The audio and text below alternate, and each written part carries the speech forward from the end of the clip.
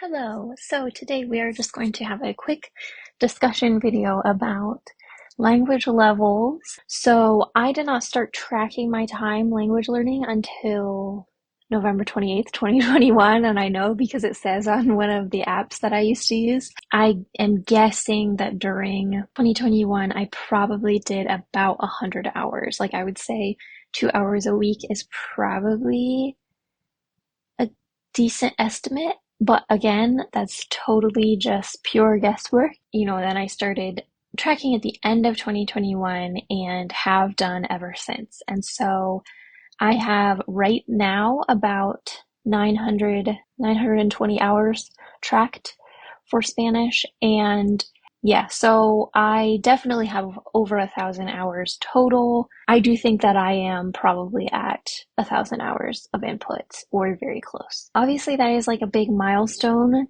to hit, and I wish that I knew exactly. Like it will be fun when I do actually hit 1,000 hours tracked, which will be like next month. Like it shouldn't be a long time from now. But I just recently saw, this is not a new thing, but I just happened to recently see the language learning roadmap by Dreaming Spanish. And so I thought it would be interesting to kind of compare their thoughts on where we are versus where I think I am.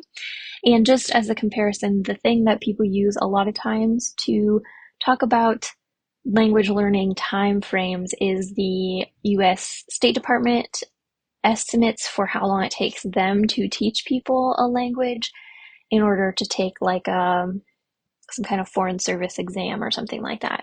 So obviously not super transferable for comprehensible input, but they put Spanish at 24 weeks of full-time learning, which would be about 600 class hours. I think that they do a lot of outside of class work as well.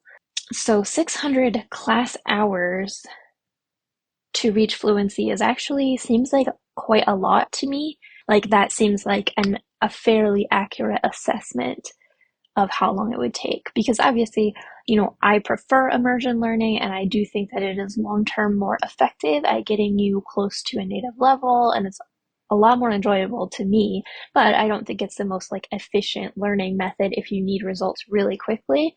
I think that classroom learning is in some ways going to get you results faster. So anyway, just a quick look at that to kind of compare. But Dreaming Spanish is a platform and a YouTube channel and a website that you can use to get comprehensible input in Spanish. I actually have not used it very much. I know that there are multiple people who watch my channel and who talk about it a lot on the internet and totally swear by it. So I do need to use it a little bit more, but this is definitely not affiliated in any way. But they do have this levels.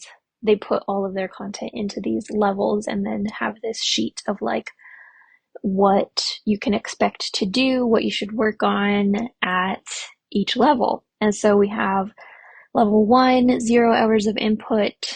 Sounds of the language sound weird, can't tell many of the sounds apart. Hard to know where one word ends and another begins. This is also, they say, if you are speaking a closely related language, you can divide the number of hours by 2. If you're speaking a completely unrelated language, you can multiply them by 2. So I think English to Spanish is pretty much what they are talking about here, like a related but not super closely related language. Level 2, some common words, 50 hours of input, 150 hours. You can follow topics that are adapted for learners. Know many words, and you don't rely exclusively on visual information. Good intuition for basic grammar like sentence order. You can sometimes feel it when other learners make mistakes. It sounds wrong somehow. Level 4, 300 hours of input.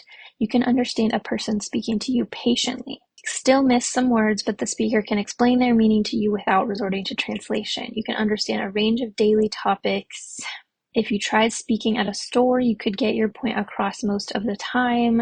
Making friends in the language is now possible, but you need to find people who are quite patient. Level 5, 600 hours of input. You can understand native speakers speaking to you normally. Will not need to adapt their speech for you. You'll almost understand TV programs in the language because you understand so many of the words, but they are still hard enough to leave you frustrated or bored. Conversation can be tiresome. In the second column, easier TV programs and cartoons should be accessible too.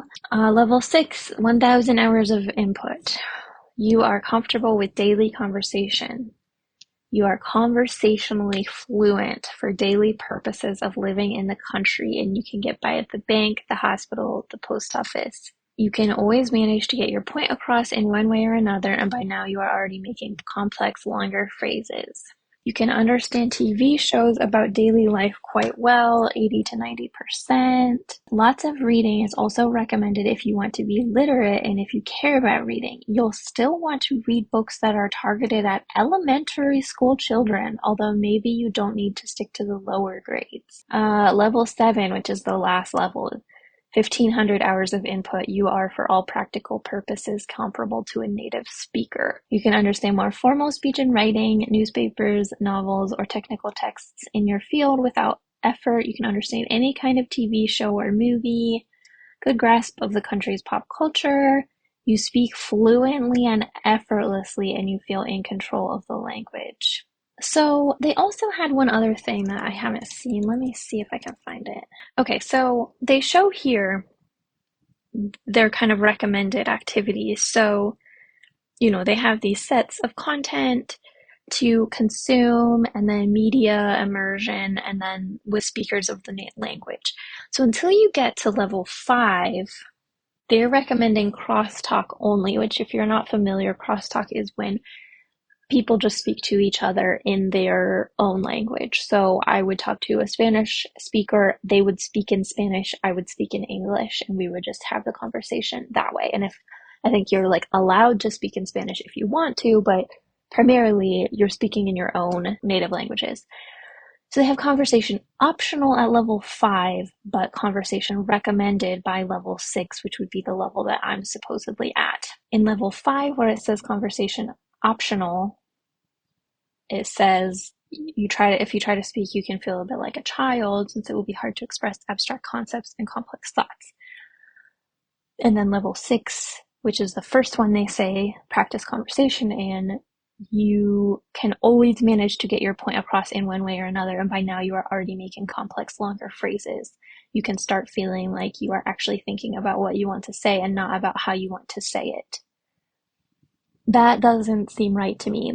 This timeline to me feels like a non-immersion focused timeline, which is very strange because it is an immersion focused timeline. And just in general, to me, the problem with this whole outline is that it's underestimating how much you can understand and overestimating how much you can produce. Again, feeling like it's not talking about a comprehensible input learner, even though it is. So, I should be at about level 6, and I am not for speaking purposes, I don't think. I would say I'm between a level 5 and a level 6. I probably can always manage to get my point across, but I would be very uncomfortable looking for an apartment in Spanish, and absolutely in no way in 500 hours am I going to be, for all practical purposes, comparable to a native speaker. Not even close. But I started reading books that are targeted at elementary school children back between levels 3 and 4, I think.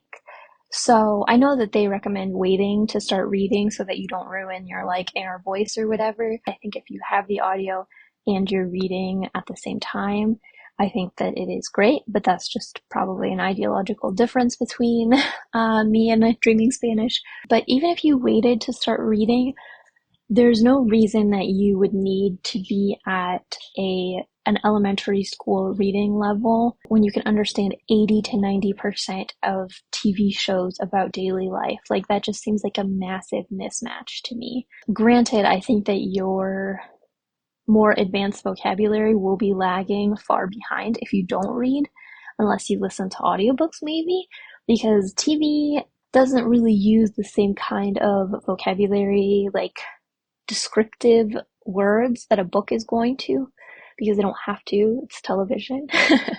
So I guess it is possible that your vocabulary would be lagging far enough behind that you'd be at an elementary school level, but I just don't think so. Not with going from English to Spanish, because you're still going to have like cognates and all of that. So anyway, but this did make me wonder a lot if my progress has been slower because I didn't use like graded material. And I don't particularly care if it was, I'm not like regretting that decision at all because I don't like graded material. I don't really like graded readers. But like definitely in the beginner stages, if I had tried to use only graded materials, I just think I would have quit because I just find them really boring. And so it doesn't really matter to me if they're more efficient because they're not more efficient if I quit.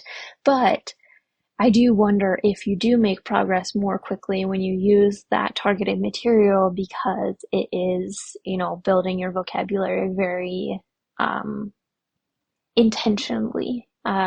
Whereas, obviously using native materials is kind of uh, fire hose and see what sticks kind of thing, to mix my metaphors. So yeah, I would love to hear your guys' thoughts on this roadmap, what you think it has looked like for you, if you feel like this is accurate. I will obviously have this linked below. This was just a fun chat, and I will see you in the next video.